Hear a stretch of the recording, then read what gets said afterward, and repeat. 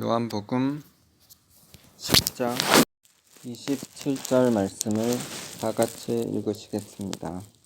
내 양은 내 음성을 들으며 나는 그들을 알며 그들은 나를 따르느니라. 아멘. 오늘은 정통보다 더 성경적인 교회 변승호 목사님 쓰신 책의 내용을 나누겠습니다. 내 생각이 주님의 음성인지 아닌지 어떻게 알 수 있을까요? 생각은 주님께서 우리에게 말씀하시는 주된 방식입니다. 저는 어린 시절부터 지금까지 이런 경험을 수없이 많이 했습니다. 그래서 이것에 대해 잘 압니다. 생각은 단순히 생각이 아닙니다. 생각은 음성입니다. 물론 생각이 항상 주님의 음성인 것은 아닙니다.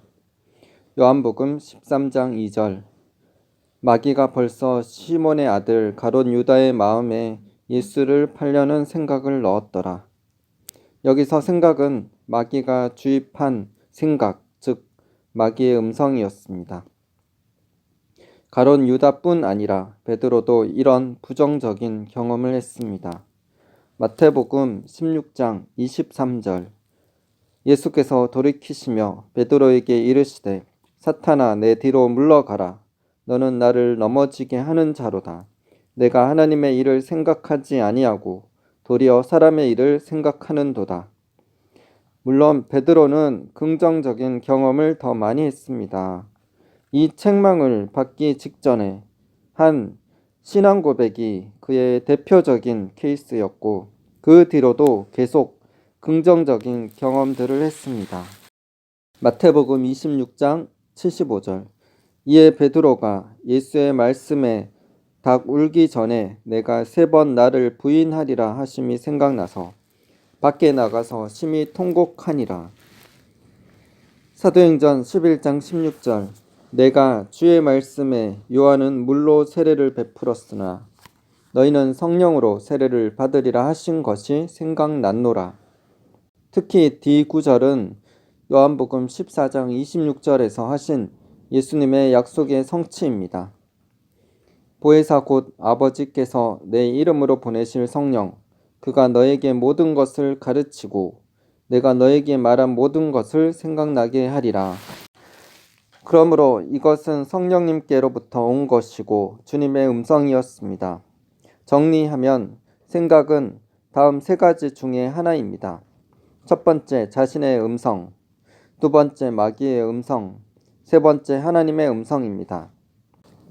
TV에 여러 채널이 있듯이 생각을 통해서 말하는 방송국이 셋입니다. 그러므로 분별을 잘 해야 합니다. 그럼 어떤 생각이 내 생각인지, 마귀가 주는 것인지 아니면 주님이 주시는 것인지 어떻게 알 수 있을까요? 먼저 기본적인 방법부터 소개해 드리고 그 후에 구체적인 방법을 설명해 드리겠습니다. 가장 먼저 우리가 해야 할 일은 생각을 성경과 비교하는 것입니다. 왜냐하면 성경적이지 않은 생각은 주님께로부터 온 것일 수가 없고 망고 자기 생각이기 때문입니다. 다음으로 그 생각이 영의 작용인가를 살펴야 합니다. 생각은 머리의 작용이고 혼의 음성입니다. 마귀가 주는 생각도 머리로 옵니다. 마귀는 거듭난 자의 영에 들어올 수가 없고 혼과 몸에만 침투할 수 있습니다. 그러나 주님은 우리의 영 안에 계시고 그래서 영에 말씀합니다. 생각이 주님의 음성인 경우 영에서 올라옵니다. 마귀는 지성소인 영 안에 들어올 수가 없습니다. 그러므로 영에서 올라오는 것은 모두 주님의 음성입니다. 이제 생각을 분별하는 더 구체적인 방법들을 설명해 드리겠습니다. 어떤 생각이 주님의 음성인 경우 다음 4가지가 동반됩니다. 그러므로 그 특징들에 주의하면 그 생각이 주님의 음성인지 아닌지를 알 수가 있습니다. 첫 번째, 주님께서 말씀하실 때는 성령의 감동이 느껴집니다.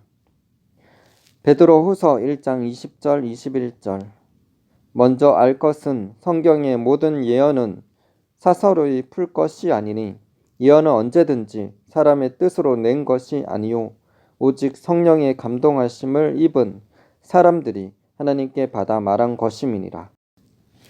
예언의 근원은 사람이 아니라 성령입니다. 그래서 성령의 감동이 있을 때만 예언해야 합니다. 열왕기하 3장 15절 16절 이제 내게로 검은 곳 탈 자를 불러 오소서 하니라.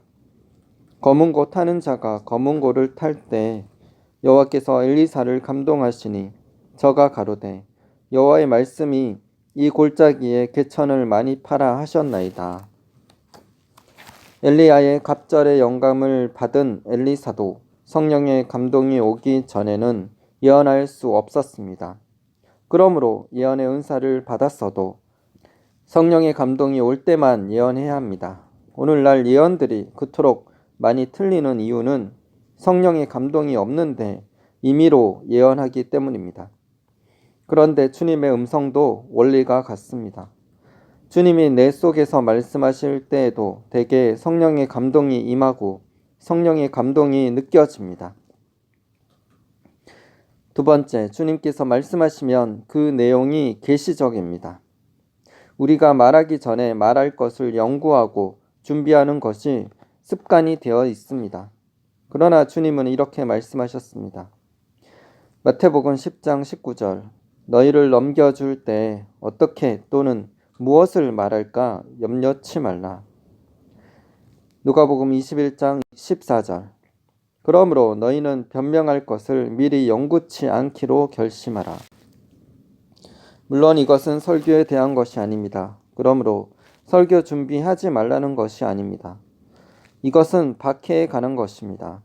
예수님은 그때 무엇을 말할까 염려치 말고 미리 연구하지도 말라고 하셨습니다.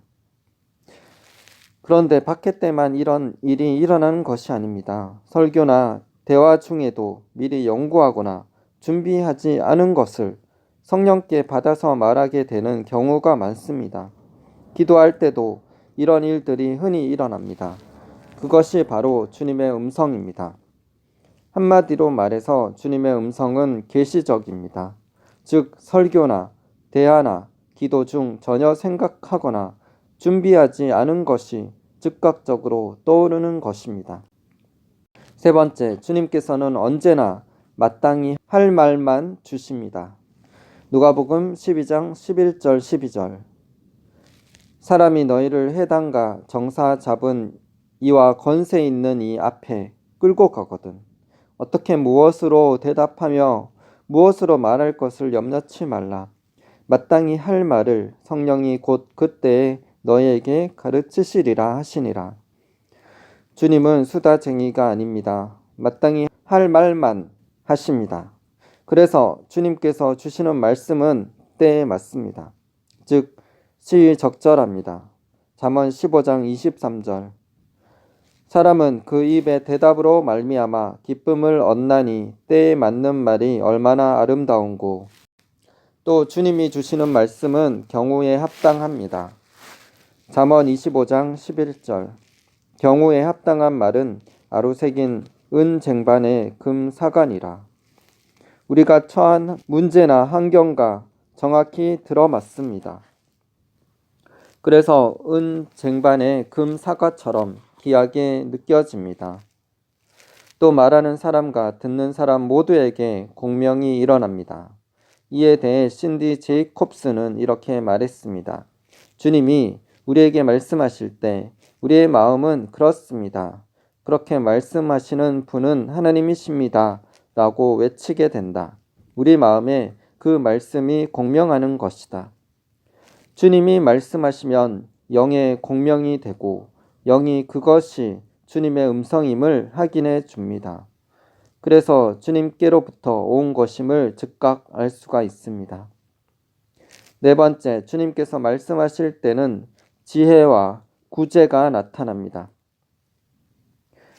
누가복음 21장 14절 15절 그러므로 너희는 변명할 것을 미리 연구치 않기로 결심하라. 내가 너희의 모든 대적이 능히 대항하거나 변박할 수 없는 구제와 지혜를 너희에게 주리라. 베니인은 성령님께서 우리를 사용하실 때 초자연적인 알미, 우리를 덮어 씌우게 된다고 했습니다. 이것이 주님이 우리에게 지혜를 주시는 방식입니다. 주님이 우리에게 말씀하시면 순간적으로 어떤 것에 대해 환히 알게 됩니다. 갑자기 초자연적인 즉 선명하고 명확한 깨달음이 주어집니다. 이것은 자연적인 것이 아닙니다. 그래서 메모하고 싶은 충동이 일어납니다. 내용이 매우 통찰력이 있고 보배롭기 때문입니다. 또 주님이 우리에게 말씀하실 때는 구제, 즉 말재주가 주어집니다.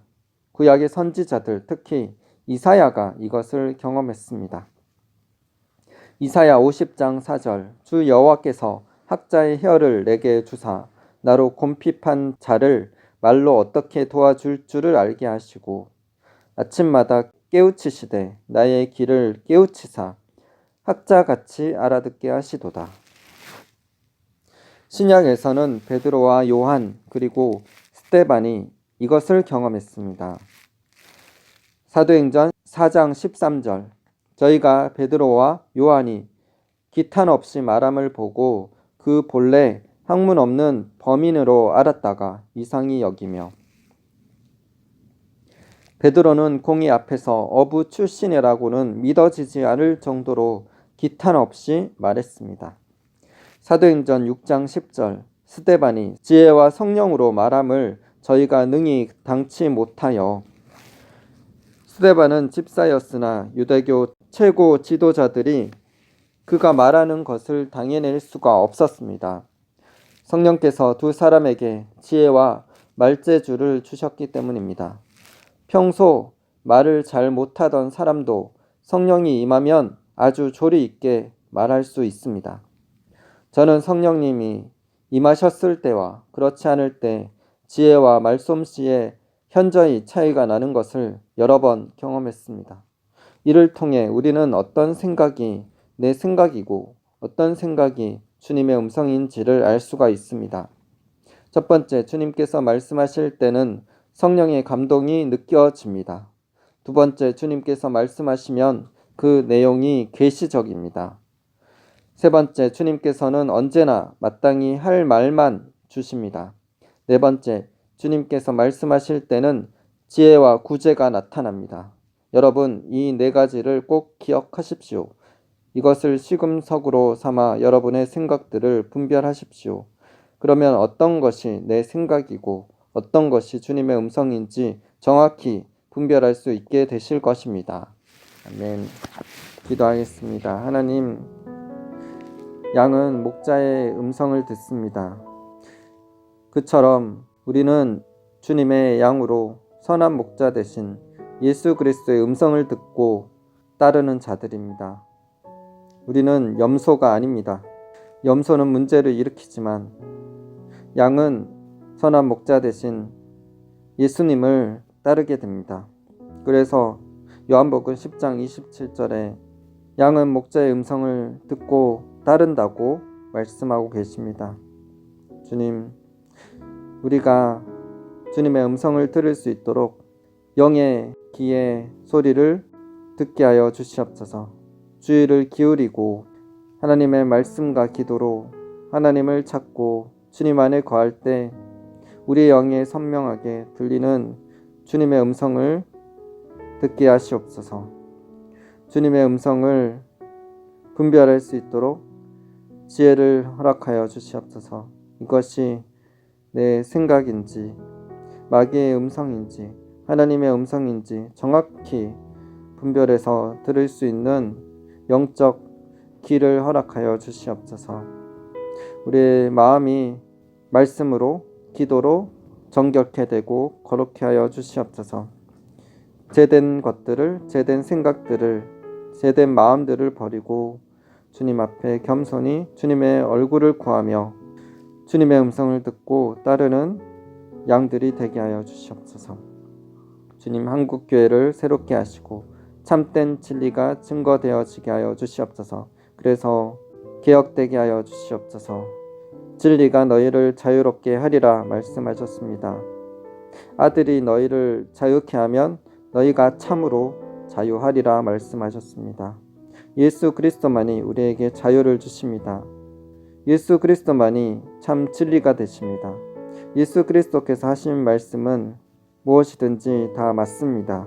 그 예수 그리스도의 생명의 말씀, 영생의 말씀을 듣고 따라가는 저희들 되게 하여 주시옵소서.